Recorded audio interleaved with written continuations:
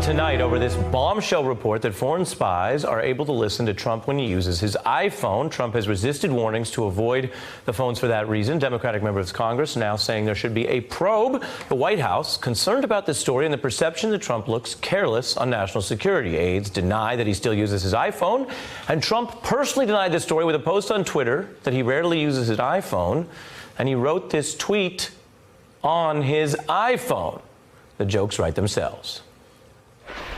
President Trump has two official iPhones, one that is used for calls and one that is used for Twitter and other apps. He also has an Android that he uses mainly as his vice president. Every day, some poor Chinese spy has to hear a McDonald's employee patiently explain to the president that he doesn't know when the McRib is coming back.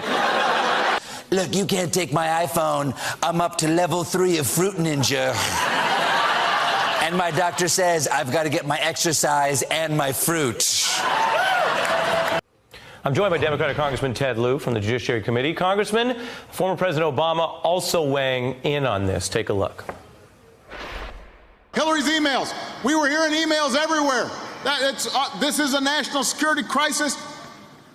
They didn't care about emails. And you know how you know? Because if they did, they'd be up in arms right now as the Chinese are listening to the president's iPhone that he leaves in his golf cart. It turns out it wasn't, I guess it wasn't that important. Congressman, snap. Thank you, Ari. Donald Trump needs to stop making phone calls from his cell phone now. He needs to do what Obama did. Obama had a cell phone, but he was not allowed to make phone calls from it because your communications on your cell phone can be intercepted at the network level. It has nothing to do with your phone. It's an issue I've been working on for over 3 years. And if anyone has access to a telephone network, and the Chinese and Russians certainly do, they can listen in on anyone's cell phone anywhere in the world if they have the cell phone number.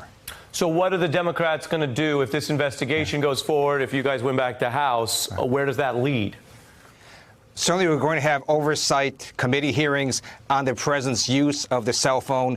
In addition, we know there's been other lax communications with the president. He has been using unsecured Wi-Fi at his resort, Mar-a-Lago. He has left his cell phone in unsecured places. And again, this is something that doesn't even have to do with the president's cell phone per se. So even his tweet shows he doesn't understand the problem. One of the ways to intercept communications is at the network level, has nothing to do with the phone, and the president just needs to stop making calls on his cell phones. Right, it's up in the sky. You heard the President Obama make the comparison to Clinton. We should note, so folks understand the facts, that the FBI looked at this. They did not find evidence suggesting her email server system were ever compromised by cyber means or foreign intrusion.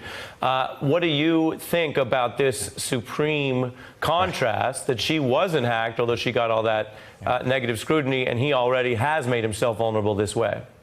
It is absolutely hypocritical for the president to have constantly attacked Secretary Clinton for use of an unsecured email server when he's using a phone over unsecured networks.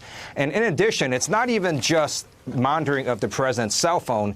It could be that these foreign intelligence services are monitoring the cell phones of his friends. The president is a heavily protected asset, but his friends are not. So it's very easy for the Chinese and Russians to monitor their cell phones. So every time he calls them, they can hear in on the conversations. Right. I mean, you make a secondary point that's relevant to the intelligence and also to people that the president is calling, which is he's literally putting them in more danger or more exposure because of that combination, as you've outlined. Congressman Ted Lieu, this is an important story at a time when there's a lot going on. Thank you for making time to talk to us about it. Thank you, Ari. Hey, I'm Ari Melber from MSNBC. You can see more of our videos right here, or better yet, subscribe to our YouTube channel below. You could have been anywhere in the world, but you're here with us, and we appreciate that.